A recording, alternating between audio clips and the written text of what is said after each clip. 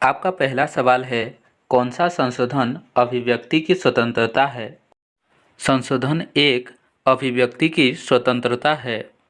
अभिव्यक्ति की स्वतंत्रता भारतीय संविधान के संशोधन 1 में है। Subscribe my channel and press the bell button to watch all my general knowledge videos. अगला सवाल है, राष्ट्रपति के विशेष अभिभाषण का संबंध किस अनुच्छेद से है?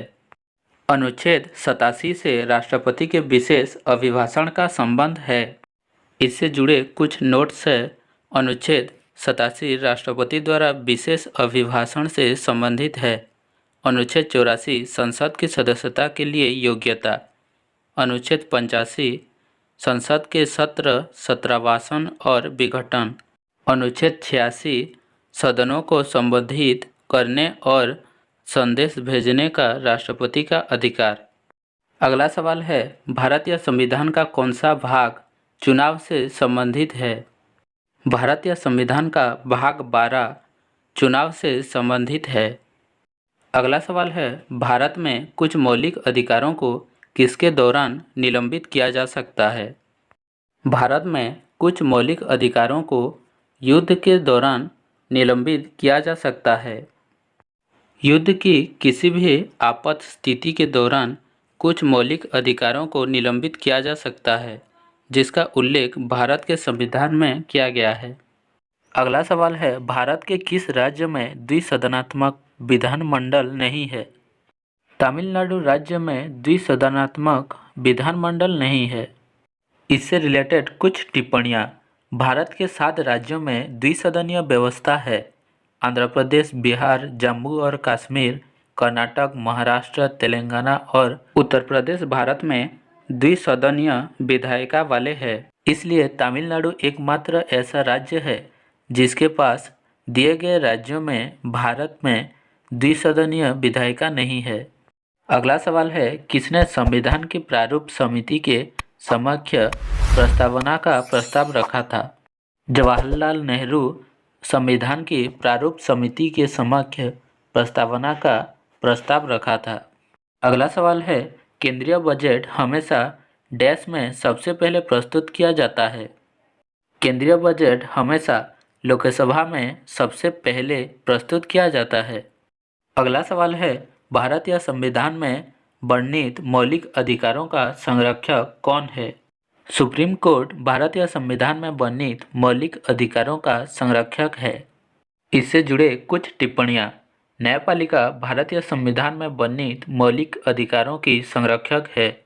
एक आपराधिक मामले में न्यायाधीश के पास यह तय करने की शक्ति होती है कि अभियुक्त के अधिकारों का उल्लंघन किया गया है या नहीं, और अधिकांश विवादों की तहत अदालतें तय करती है कि कब किसी अधिकार का उल्लंघन किया गया है। उनके पास तब क्रम में कार्य करने की शक्ति होती है। यह सर्वोच्च न्यायालय भारत में न्यायपालिका का सर्वोच्च स्थान है। अगला सवाल है, भारत के संविधान ने भारतीय संघ की योजना को किसके संविधान से उधार लिया था? भारत के संविधान ने भारतीय संघ की योजना को कनाडा के संविधान से उधार लिया था। अगला सवाल है, किस अधिनियम के द्वारा भारत में द्वैध शासन लागू किया गया था?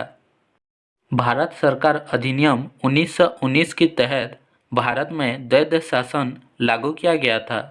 अगला सवाल है, संपत्ति के अधिकार को किसके शासन काल में मौलिक अधिकारों की सूची से हटा दिया गया था? मोरारजी देसाई सरकार के समय संपत्ति के अधिकार को मौलिक अधिकारों की सूची से हटा दिया गया था। अगला सवाल है, भारत सरकार का प्रथम विधि अधिकारी है? भारत के महान्यायवादी भारत सरकार का प्रथम विधि अधिकारी है। अगला सवाल है, चुनाव याचिका पर निर्णय लेने की शक्ति किसके पास है? चुनाव याचिका पर निर्णय लेने की शक्ति उच्च न्यायालय के पास है। अगला सवाल है, भारतीय संविधान में the federal system with strong centre कहाँ से लिया गया है? कनाडा से भारतीय संविधान में the federal system with strong centre लिया गया है। अगला सवाल है, निम्नलिखित में से किसने भारतीय संविधान को तैयार करने में सबसे गहरा प्रभाव डाला था? भारत सरकार अधिनियम 1935 ने भारतीय संविधान को तैयार करने में सबसे गहरा प्रभाव डाला था। अगला सवाल है, भारतीय संविधान में कितने मौलिक कर्तव्य है? भारतीय संविधान में कुल 11 मौलिक कर्तव्य है। अगला सवाल है, किसने भारतीय संघवाद को सहकारी संघवाद कहा था? जी ऑस्टिन ने भारतीय संघवाद को सहकारी संघवाद कहा था। अगला सवाल है, भारत की संविधान सभा की संघ शक्ति समिति के अध्यक्ष कौन थे?